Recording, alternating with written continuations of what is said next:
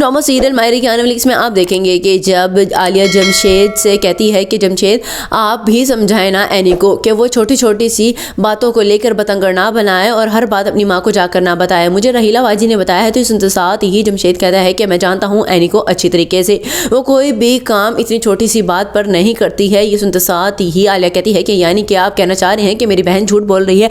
तो इस सुनते साथ ही जमशेद कहता है कि नहीं, मैं ये नहीं कह रहा हूँ, बल्कि ये बात करने से पहले तुम्हें अपनी बहन को समझाना चाहिए था, क्योंकि तुम्हारी बहन की वजह से मेरी बहन की जिंदगी में मजीद दुख भर आए हैं। ये सुनते साथ ही आलिया कहती है कि दुख मेरी बहन की वजह से नहीं भरे हैं, उनकी अपनी नाअहली की वजह से भरे हैं। ये सुनते साथ ही जमशेद कहता है कि नहीं, तुम्हें नहीं पता है कि मेरी बहन ने एक भी सुख का सांस नहीं देखा था, और दूसरा अब तुम्हारी बहन उसके घर में जाकर बैठ चुकी है। दूसरे सीन में आप देखेंगे कि जब एनी फाखिर से कहती है कि फाखिर मुझे डर लगता है कि कहीं तुम मुझे छोड़ ना दो, जिस तरह अब्बा अम्मा को छोड़ने पर तुले हुए हैं। तो सुनते साथ ही फाखिर कहते हैं कि देखो एनी, अगर मैंने तुम्हें छोड़ना होता ना तो उसी वक्त ही छोड़ देता जब मेरा बाप इस दुनिया से गया था। ये सुनते साथ ही एनी कहती है कि लेकिन अब हो सकता है कि तुम्हारे हालात बदलें तो तुम मुझे छोड़ दो।